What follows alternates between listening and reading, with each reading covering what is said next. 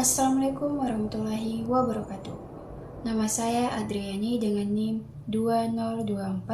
202405010127. Saya dari kelas Ekonomi Syariah semester 3. Baik, video kali ini saya buat untuk memenuhi tugas bisnis digital. Baik, saya akan memaparkan materi kelompok 1 mengenai konsep teori ekonomi dan bisnis digital.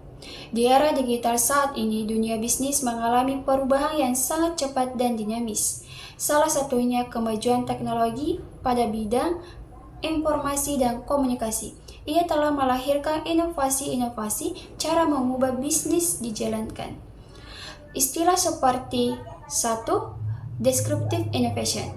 Descriptive innovation adalah inovasi yang awalnya sederhana namun mampu menggantikan pemain utama atau industri.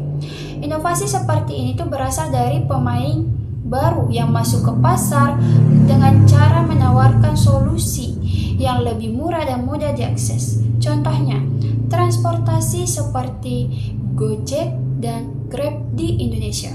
Ia telah menggeser transportasi konvensional seperti ojek pangkalan.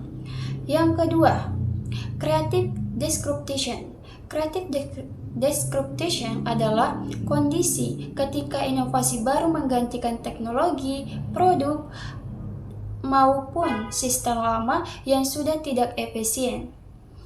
Proses ini tuh bersifat disruptif karena menghilangkan cara lama, tetapi sekaligus kreatif untuk melahirkan peluang pertumbuhan dan pengembangan ekonomi baru. Contohnya, bangkrutnya perusahaan retail fisik dan karena naiknya e-commerce seperti Shopee dan Tokopedia. Yang ketiga, sustaining innovation. Sustaining innovation adalah inovasi itu lebih berfokus pada peningkatan, penyempurnaan, dan pengembangan produk atau layanan yang sudah ada. Contohnya, perbankan konvensional itu menyediakan mobil banking dan digital payment untuk menjaga loyalitas nasabah. Baik, selanjutnya saya akan memaparkan materi kelompok 2 mengenai inovasi kewirausahaan berbasis digital. Inovasi kewirausahaan tidak hanya sebatas menciptakan produk baru, tetapi mencangkup strategi pemasaran, pelayanan pelanggan, hingga pemanfaatan platform digital. Inovasi dalam kewirausahaan mampu menciptakan untuk berpikir kritis dan kreatif dalam menghadapi suatu usaha. Adapun jenis-jenis inovasi yang umum dilakukan dalam kewirausahaan antara lain inovasi produk, misalnya membuat makanan berbahan lokal menjadi modern. Yang kedua, inovasi proses atau mengotomatisasikan proses produksi.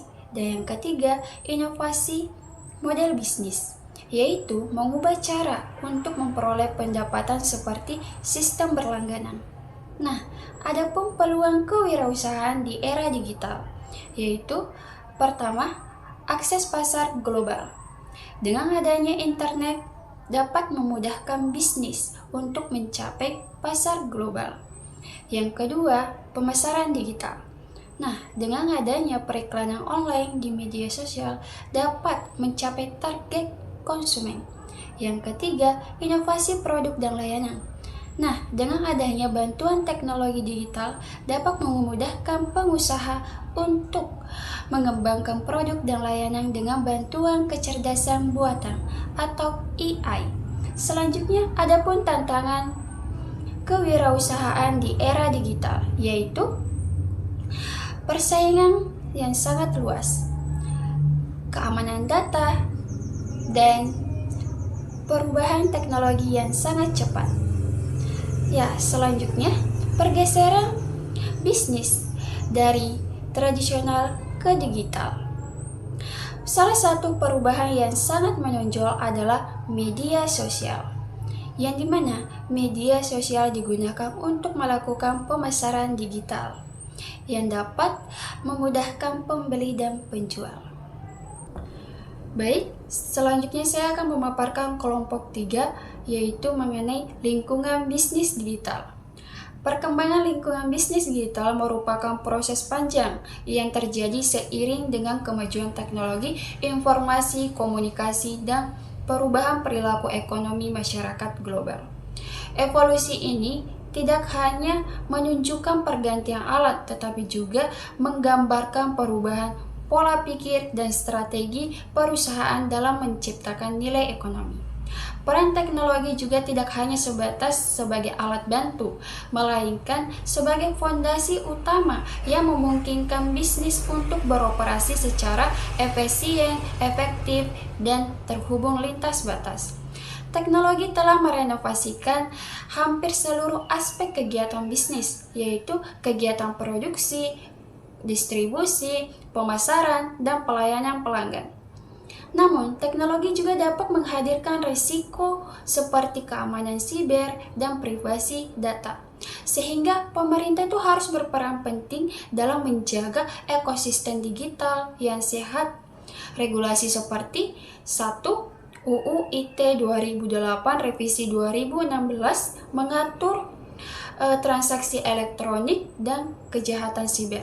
Yang kedua, UU PDP 2022 melindungi data pribadi konsumen. Baik, selanjutnya saya akan memaparkan materi kelompok keempat mengenai infrastruktur bisnis digital. Infrastruktur digitalpreneur yaitu merupakan elemen krusial dalam mengembangkan bisnis di era digital, terutama bagi mahasiswa yang ingin masuk ke dunia kewirausahaan. Terdapat 3 elemen penting dari infrastruktur digitalpreneur ini, yaitu teknologi internet, hosting provider, dan media sosial.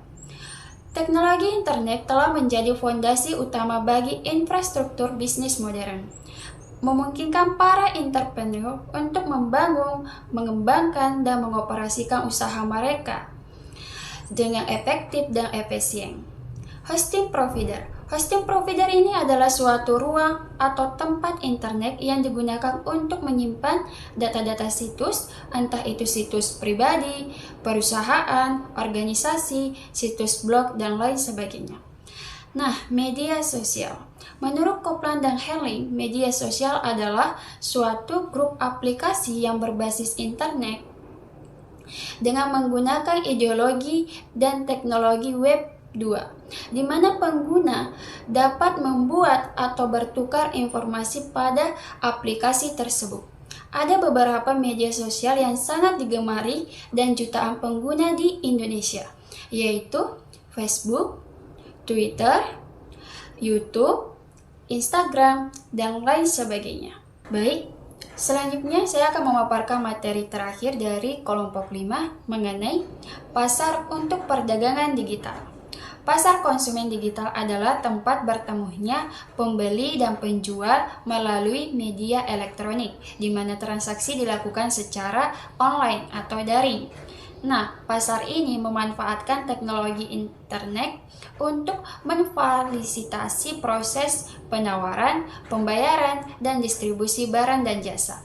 Ini mencangkup aktivitas jual beli di platform e-commerce, aplikasi, situs web, dan pemanfaatan teknologi internet untuk mengakses produk, informasi, dan hiburan secara digital. Pasar digital dapat memberikan efisiensi baru karena menghilangkan batasan waktu dan ruang dan memberikan pengalaman belanja yang lebih cepat, mudah, dan praktis bagi konsumen. Contohnya, pada masa pandemi COVID-19, ia mengadopsi lebih cepat belanja online karena masyarakat lebih memilih transaksi tanpa kontak fisik. Kini, hampir semua kebutuhan dari makanan hingga kebutuhan rumah tangga dapat dibeli secara digital. Namun, dampak pasar konsumen digital ini terhadap ekonomi tentunya ada, yaitu dampak positifnya yang pertama, meningkatnya daya saing peluang usaha. Yang kedua, mendorong pertumbuhan ekonomi digital nasional. Dan yang ketiga, membuka lapangan pekerjaan baru di sektor logistik, teknologi, dan pemasaran digital. Adapun dampak negatifnya, yaitu satu, potensi meningkatnya penipuan online, yang kedua, persaingan tidak sehat antara pelaku usaha kecil, dan yang ketiga, resiko pelanggaran privasi dan keamanan data. Nah, itulah pemaparan materi yang saya bawakan dari kelompok 1 hingga kelompok 5. Semoga bermanfaat bagi teman-teman. Apabila ada salah kata, saya meminta maaf yang sebesar-besarnya. Wassalamualaikum warahmatullahi wabarakatuh.